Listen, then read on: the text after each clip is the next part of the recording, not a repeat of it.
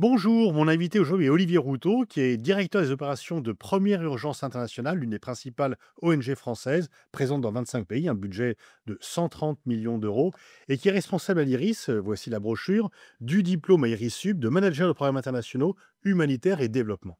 Bonjour Olivier. Bonjour. Et donc, comme tous les opérateurs humanitaires, tu as reçu l'annonce de la suppression de l'USAID comme un coup de tonnerre, comme un coup de Trafalgar, un monde s'est écroulé. Tout à fait. Je pense que c'est d'ailleurs la première chose qu'on peut dire sur cette crise, c'est qu'elle est d'une, soudaineté et d'une brutalité, même si évidemment, chacun d'entre nous pouvait imaginer qu'il y aurait une évolution, dans l'approche de l'aide internationale et de l'humanitaire, par cette nouvelle administration. Imaginer que dès le 21 janvier, il y aurait 2 décrets, de présidentiels qui allaient tout simplement geler pour 90 jours, mais avec un effet immédiat, sur tous les programmes de tout ce qui était financé par l'USAID, c'était évidemment inimaginable. On Cette brutalité, elle ne vient pas de nulle part. Il y avait quand même un contexte de remise en cause, de la solidarité internationale ou en tout cas de ces financements-là. Mais on ne pouvait pas imaginer que cette réforme, elle se ferait avec une suspension totale. On pourrait imaginer qu'évidemment, il y aurait une revue, des objectifs, une analyse qui aurait été faite et une évolution des financements dans les années à venir. Ça, on l'avait imaginé, on l'avait projeté, on essayait même de l'anticiper. On reviendra évidemment sur les possibilités à ce niveau-là. Mais par contre, se retrouver avec du jour au lendemain des décisions extrêmement compliquées à prendre, pou on travaille dans l'humanitaire sur tout un tas d'activités qu'on dit, life saving, qui ont un impact directement sur la vie des personnes et prendre la décision de maintenir ou d'arrêter, c'est des décisions extrêmement critiques qui nous étaient imposées sans avoir aucun recul, aucune capacité de négociation. Évidemment, pour une organisation comme la nôtre, Première Agence internationale, on a tout de suite décidé de le faire de manière responsable et de se dire qu'on allait évidemment pas arrêter, les activités qui menaçaient la vie des gens. Mais ça a évidemment, plus qu'impacté fortement l'organisation et plus généralement tout le secteur de l'aide, qui était, en comme une forme de sidération, dans les semaines qu'on suivi. Surtout qu'après cette, enfin, cette mort subite, cette condamnation à mort de USAID, qui est quand même l'un des plus importants, le plus important opérateur étatique donneur d'aide au niveau mondial, il y a aussi, une tendance baissière des autres pays occidentaux sur l'aide au développement. Tout à fait, cette crise, elle n'est pas tombée au bon moment. Je De toute façon, ce qu'il faut avoir en tête, c'est que USAID, ça représentait 40 du budget mondial de l'aide au développement, 47 en 2024 pour l'aide humanitaire. Il n'y avait pas de possibilité que ça se passe bien. Mais c'est intervenu dans une phase où, tous les principaux bailleurs de fonds, les autres, institutionnels, l'Union européenne est sur une tendance de limite, voire de baisse. L'Allemagne qui était l'un des principaux contributeurs, a largement baissé. Les Pays-Bas ont coupé de 80, la France de 37. Ça veut dire qu'il n'y avait pas de possibilité de compensation. Non seulement c'était le premier bailleur, mais en plus les autres étaient non seulement pas prêts à faire un effort, mais même réduisaient aussi. Donc ça évidemment, ça marque un tournant, je pense, de l'histoire de la solidarité internationale. Et dans tous les cas, ces décisions qui sont à la fois politiques et budgétaires. Est-ce que c'est l'effort de guerre qui conduit à l'arrêt ou la diminution de l'aide à l'humanitaire et au développement? Alors l'effort de guerre, je pense que ce sera pour peut-être, l'année prochaine. Là, on était quand même sur un contexte budgétaire, pour prendre l'exemple du cas français. Il y avait un contexte budgétaire, économiquement parlant, compliqué, depuis un certain nombre d'années. C'est plutôt la question du déficit public, toutes ces questions-là qui venaient, impacter finalement, la capacité à trouver des équilibres. On a vu les difficultés à boucler un budget, cette année. L'effort de guerre, c'est peut-être la prochaine étape qui va venir en plus, pour le cas français, réduire, les financements disponibles pour le développement. Par contre, pour ce qui concerne, l'aide britannique, effectivement, il y a eu, là, une annonce, récemment, donc après la crise, de USAID, qui est venue clairement, couper dans l'aide au développement pour financer l'effort de guerre. Même si en termes de somme, dont on parle, c'est plus symbolique qu'autre chose, puisque de toute façon, couper ou pas couper, cette aide au développement ne permettra pas de financer, les montants dont nous discutons pour l'effort de guerre. Alors, on peut voir les décisions budgétaires, mais elles sont toujours idéologiques, en fait, et dans le cas des États-Unis, c'est vraiment une décision idéologique. Tout à fait. Quand on parle de 47 du budget, pour parler de la partie humanitaire, que celle que je connais le mieux, on parle quand même qu'entre 10 et 12 milliards. Oui, on peut distinguer la partie humanitaire, la partie aide au développement. Tu peux faire cette distinction? Alors tout à fait, sur les 40 milliards de budget, l'aide humanitaire, pardon, au pic de son financement, notamment dans la période post-covid, c'est monté à 14 milliards. 14 milliards, on peut imaginer que sur le budget américain, c'est même pas une goutte d'eau, c'est une nano goutte d'eau. Donc la question, elle est pas financière. Elle est évidemment idéologique. On l'a vu aussi déjà dans le discours qui a accompagné ces décisions, que ce soit celui de Donald Trump ou d'Elon Musk, et la brutalité dans les médias d'accusations dont a fait l'objet USAID. Il y a eu à la fois une remise en cause idéologique, il y a eu même eu des mensonges sur tout un tas de choses. Je crois que les exemples, certains qu'on peut citer, des distributions soi-disant de 50 000 préservatifs à Gaza étaient totalement inventés. D'autres types de programmes, comme soi-disant que le contribuable américain financerait les opérations de personnes transgenres au Venezuela. Il est tout à fait possible qu'il y avait certains programmes qui permettaient d'accompagner certains types dans les systèmes de santé, et que dans ces systèmes de santé, il y avait peut-être certaines opérations qui étaient pratiquées, mais néanmoins, on ne parle pas de Mmh. l'essentiel. Ouais. Donc la décision, elle était évidemment idéologique, jusqu'à considérer et déclarer dans les médias que l'USAID était qu'une bande de criminels. Mmh. Et puis alors donc c'est non seulement tout ce qui est, sur, les droits reproductifs, sur les droits des minorités, sexuelles, mais c'est les droits des femmes bien sûr qui sont mis en cause, mais c'est aussi donc sur les structures lourdes, d'aide au développement et d'aide humanitaire d'urgence. C'est ça qui a été le plus étonnant. On s'attendait évidemment à une remise en cause de tout ce qui était programme DEI, Diversity, Equality et Inclusion, et cette remise en cause-là, elle était attendue. D'ailleurs, la remise en cause, de la fameuse Mexico Policy, à chaque, revirement, présidentiel et de gouvernement aux États-Unis, c'est une habitude, ça, c'était C'est quoi normal. ça, la Mexico Policy? C'est tout ce qui finance justement le planning familial, D'accord. et donc ça vient, à chaque fois qu'effectivement un gouvernement, républicain reprend l'administration redevienne républicaine, ils suspendent tous les financements qui contribuent au financement de planning familial de partout dans le monde. Ça, c'est du classique. Là où on ne s'attendait pas, c'est que ce soit la totalité des financements, y compris, tous les programmes qui sont même très étonnants du point de vue de l'intérêt des États-Unis. Quand les États-Unis financent le programme Gavi, sur tout ce qui est vaccination, dans le monde, c'est l'intérêt, en termes de santé publique mondiale, des États-Unis et du citoyen américain. Comme il est le premier contributeur de tous ces types de programmes, et parfois jusqu'à, vraiment une proportion qui est effrayante au regard de cette suspension, jusqu'à parfois 60-70 des financements qui dépendaient des États-Unis. Suspendre cette aide-là, c'est criminel pour les personnes qui vont mourir de ces épidémies, de ces maladies, mais c'est potentiellement criminel pour le citoyen américain. Je pense que la démonstration n'est plus à faire après l'épidémie de Covid-19 que nous avons vécue il y a quelques Ouais. années.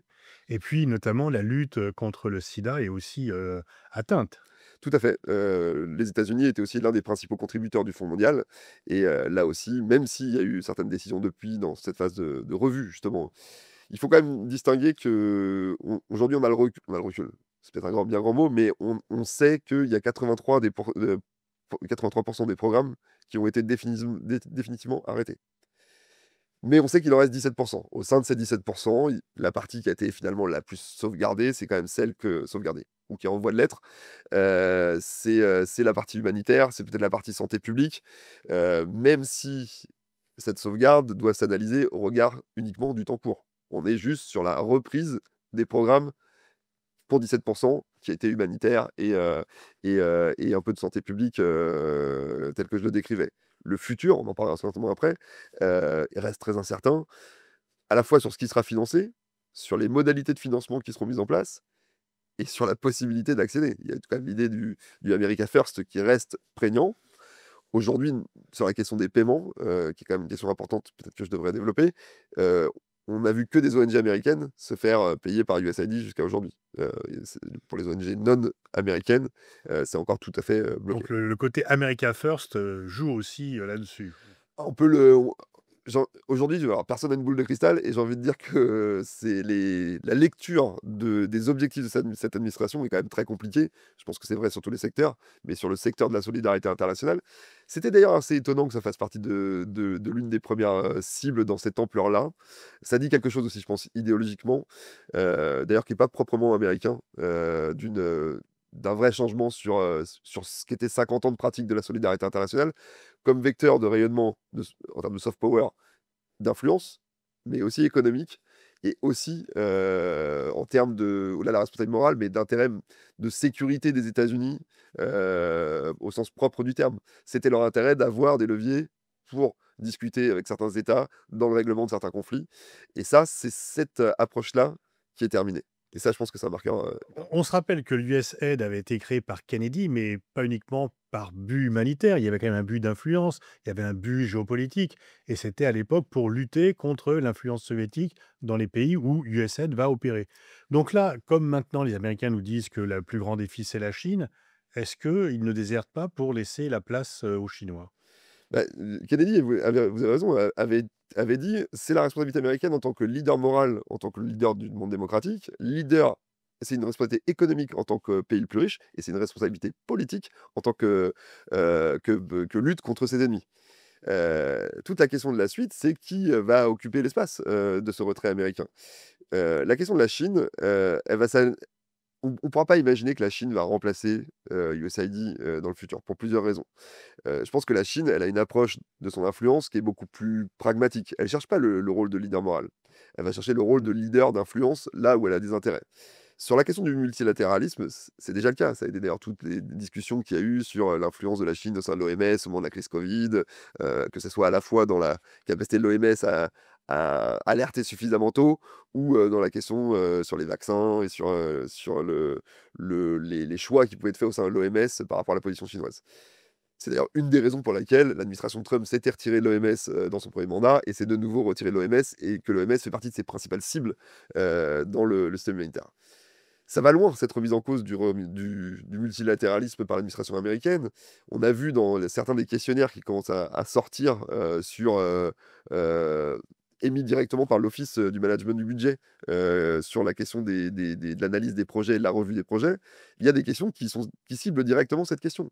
Est-ce que votre projet contribue à limiter l'influence néfaste d'organisations internationales hostiles? Entre parenthèses, OMS. Et ça, Ça, c'est des c'est écrit dans le texte. C'est, des formulaires qui vous sont adressés et qui doivent, être, qui sont formulés comme cela, quoi, qui sont Exactement. Là, d'accord. j'ai cité la question Ouais. 34 du Mmh. formulaire. Ouais. Ça montre quelque chose de cette idée-là.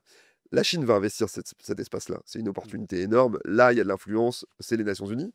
La question, c'est est-ce que le multilatéralisme va pouvoir perdurer au sens vraiment multilatéral du terme et pas revenir à des sphères régionales d'influence différentes? Ça, c'est une vraie question. J'ai évidemment pas la réponse. C'est pas la seule crise, Il y hein. aura plus des concurrences unilatérales qu'un véritable multilatéralisme. Ou, alors véritable, c'est sûr, ou un interlatéral je sais pas si le mot existe, mais Ouais. latéralisme entre, des sphères régionales d'influence. Mmh mh. On sait quand même que le système onusien est quand même largement, mis à mal par cette crise-là. Mais il y avait la crise, sur, la guerre à Gaza qui avait fait aussi beaucoup de mal. La question de son absence totale sur la question ukrainienne, aussi, très importante. Donc ça fait quand même beaucoup de chocs à encaisser pour le système, pour le multilatéralisme. Je ne sais pas s'il va survivre. Par contre, la Chine ne va pas investir le champ de la solidarité internationale dans le financement des, organisations de la société civile, qu'elles soient ONG, du système humanitaire, ONG du Mmh. Nord ou autres, Mmh. ou même ONG du Sud. La Chine, elle va dealer avec les États, comme elle sait le faire, comme elle l'a fait d'ailleurs au moment de la crise Covid, en fournissant de l'aide. C'est elle qui a amené, Oui, mais ça sera des pas par les ONG qui sont non, pas dans son spectre, c'est ça? exactement. Et Mmh. puis, c'est pas son intérêt. Elle, ce qu'elle veut, c'est obtenir des contreparties intéressantes pour ses intérêts, économiques et de sécurisation, de ses approvisionnements énergétiques d'une part, mais aussi en terres arables, hein. La Chine a acheté beaucoup, beaucoup de terres arables, dans une logique de sécurité alimentaire. Alors, je suis loin d'être le spécialiste de la question, Mmh mh. mais on sait que ses intérêts, c'est pas qu'il y ait de la démocratie, c'est pas qu'il y ait une société civile qui soit dynamique et florissante, c'est qu'il y ait des contreparties à l'aide qu'elle va apporter à ces pays-là pour qu'ils restent suffisamment stables en termes de politique et de sécurité alimentaire, eux-mêmes, peut-être, ou de santé publique, afin qu'elles-mêmes ne soient pas menacées dans ses intérêts d'approvisionnement. Mmh. Et c'est pour ça que ça va donner quelque chose qui sera dans tous les cas totalement différent. Est-ce que les États bénéficiaires, ils trouveront plus leur compte que dans le système de solidarité précédent? Je ne sais pas, on a vu quand même que tout un tas de pays africains, font des choix, notamment dans les partenariats qu'ils nouaient ou qu'ils nouent avec la Russie, qui sont, parfois, tout à fait, discutables du point de vue de l'intérêt des populations. Est-ce qu'il y a des ONG, enfin, on connaît les ONG non gouvernementales qui sont gouvernementales, mais est-ce qu'il y a ce type d'ONG chinois? Est-ce que les Chinois ont, des ONG plus ou moins contrôlées par l'État qui opèrent, dans les pays, du sud global? Alors, je vais dire non, je vais essayer de me faire confiance. Je ne connais pas d'organisation C'est chinoise uniquement qui d'État à État, quoi. Oui. qui existe. Par contre, il y a effectivement des acteurs chinois Mmh. qui peuvent être très importants, mais on est toujours dans le registre soit de la coopération, d'État à État, soit des entreprises chinoises qui sont extrêmement D'accord, présentes d'accord. et qui vont faire, tout un tas de services. Vous voulez organiser une campagne de forage, au nord de la Centrafrique, vous pouvez, d'un point de vue technique, tout à fait contracter avec une entreprise chinoise qui a la capacité. C'est pas si facile que ça de faire une campagne de forage au fin fond de la Vakaga, à la frontière, soudano-tchadienne. C'est très compliqué d'un point de vue logistique. Aujourd'hui, des entreprises chinoises font partie des spectres d'acteurs qui permettent de faire ça. Mais ils le font pas, eux, ils sont juste l'entreprise qui va réaliser l'activité. Ils vont pas du tout organiser, la partie, soft de programmes de ce type-là, qui permettent d'organiser, déjà l'identification des sites, d'un point de vue, pas uniquement technique, mais, sociétal, pour les communautés, qui vont organiser la capacité à entretenir ces structures, après la réalisation, les comités de gestion, tout ce qui va avec, les programmes, humanitaires qui accompagnent ce type de programme. Ils vont juste être dans la réalisation, technique. Oui. Alors donc, cette décision, quelles conséquences, concrètes ça a pour, une organisation comme la tienne? Alors pour première urgence internationale, il y a 3 niveaux d'impact. Le premier, c'est que cette décision, elle s'est faite avec un effet immédiat qui a été le gel de tous les décaissements. Les Y décaissements, compris pour les opérations en cours? y compris pour les opérations en cours et y compris surtout pour les opérations réalisées avant les décrets du 21 janvier, donc des opérations qui ont été réalisées jusqu'au Ah 21 oui, janvier. donc en fait, il y a des dettes qui ne sont pas payées alors? Tout à fait. Pour nous, ça représentait, au moment de la crise, 18 millions de dollars. Donc c'est tout de suite, on attendait à ces paiements et c'est juste conjoncturel, on aurait pu avoir que 2 millions à ce moment-là si c'était tombé, juste après avoir été de payer, par exemple. Pour l'anecdote, il se trouve que notre interlocutrice sur les paiements était en vacances les 15 jours avant. Donc du coup, c'est pas de bol, mais c'est une réalité et ça, c'était la loterie pour tous les acteurs. Cette question de la trésorerie, elle est pas anodine, puisque au-delà de notre capacité à nous restructurer, nous adapter, et peut-être même à gérer la crise, cette dette, elle peut conduire des organisations à être en cessation de paiement et du coup, se retrouver dans une situation extrêmement compliquée puisque, c'est très organisé et qu'une cessation de paiement, c'est la mise sous tutelle de l'organisation, c'est, la liquidation de ses affaires et pour une organisation qui travaille dans 25 pays, souvent compliqués, ça veut dire, extraire les équipes internationales, malheureusement arrêter tous les programmes de manière brutale et ça, c'est très, très, très dangereux. Évidemment, on en est, pour première chance internationale, on n'est pas dans cette situation-là puisqu'on avait, des réserves et on a modélisé toute une gestion de la trésorerie. Je crois avoir envoyé un mail à toutes les équipes le 23 janvier, disant, alors qu'on est vraiment dans la phase de sidération: «Je demande que toutes les dépenses soient faites avec modération». On n'a rien arrêté, mais n'engagez pas des investissements qui peuvent être décalés le temps. On sent que ça va être compliqué. Cette, lecture du «ça va être compliqué», elle s'est renforcée, dans les jours qui ont suivi et elle s'est même accélérée quand, du jour au lendemain, sur les 14 000 employés de USAID, il n'y en avait plus que 294. Oui, parce que des gens se sont retrouvés du jour au lendemain virés. Tout à fait. Mis en congé forcé, ils ont, vraiment, ils ont éliminé toutes les têtes. Je crois qu'il y a eu Enfin, c'est 60 brutal à cadres. l'américaine, quoi. Voilà, les 60 cadres principaux de USAID ont été pour le coup licenciés très, très vite, pour assurer la non-résistance interne, le fameux, État profond, qui résistait dans le premier mandat de Trump à ces directives. Du coup, ils ont coupé la tête et après ils ont mis au congé forcé la plupart des ressources et Marco Rubio, secrétaire d'État, a dit: «De toute façon, je suis le nouveau patron par intérim de USAID». On a vu même le site internet de USAID fermé et réapparaître quelques jours plus tard sous le département d'État. Donc cette absence d'interlocuteur, indépendamment de ce qu'allait sortir, était aussi un marqueur de: «Ils vont pas pouvoir nous payer». Ça va être un Cette crise, je l'ai pas dit, c'est aussi une grosse cacophonie, avec des ordres et des contre-ordres, le gel total, puis, très vite, 3 jours plus tard, l'émission d'un waiver, donc une exemption pour l'humanitaire, pour les activités dites life saving. Qu'est-ce que ça veut dire un waiver? Ça couvre quoi? On s'est même fait gronder par monsieur Rubio parce qu'on ne savait pas si ces acteurs ne savent pas ce que c'est qu'un waiver, ils sont quand même pas très crédibles. Quand je dis ces acteurs, c'est pas nous particulièrement, mais c'est le secteur. Tout ça, c'était quand même beaucoup d'incertitudes, beaucoup d'instabilité. Donc ça a fait peser, deuxième type de risque très important, un risque majeur d'éligibilité de toutes les dépenses engagées, au-delà même des dettes, engagées dans cette période de suspension. Qu'est-ce qui est éligible? Qu'est-ce qui ne l'est pas? Ça veut dire quoi? Évidemment, il y a concrètement le matériel, les médicaments pour soigner, mais il y a les gens qui soignent. Est-ce que ça, c'est considéré ou pas? beaucoup d'incertitudes. Et d'un point de vue financier, Pascal, vous vous rappelez tout à l'heure le volume budgétaire de première urgence internationale, 130 millions. Les programmes concernés qui étaient gelés, il y en avait, c'est des programmes qui du coup faisaient une somme cumulée de 67 millions de dollars, alors sur plusieurs années et autres. Ouais. La période concernée, 11 millions de dollars. Donc 11 millions de dollars, si ces 11 millions de dollars ne sont pas éligibles, c'est évidemment un risque existentiel pour l'organisation.